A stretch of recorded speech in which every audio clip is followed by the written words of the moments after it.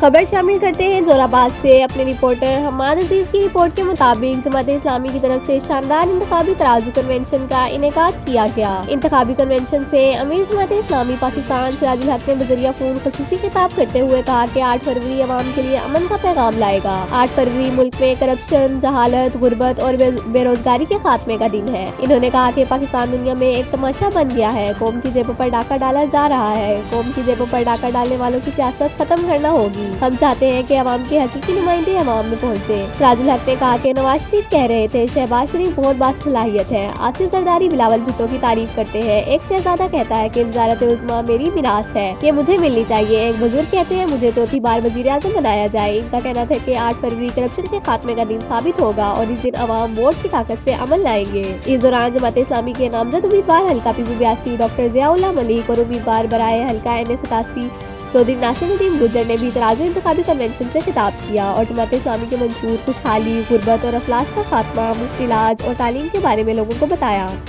इस मौके पर ज़िले कायदीन समेत मर्दों, ख़वातीन, कारकुनान और स्पोर्टरान की बड़ी तादाद कन्वेंशन में शरीक थी।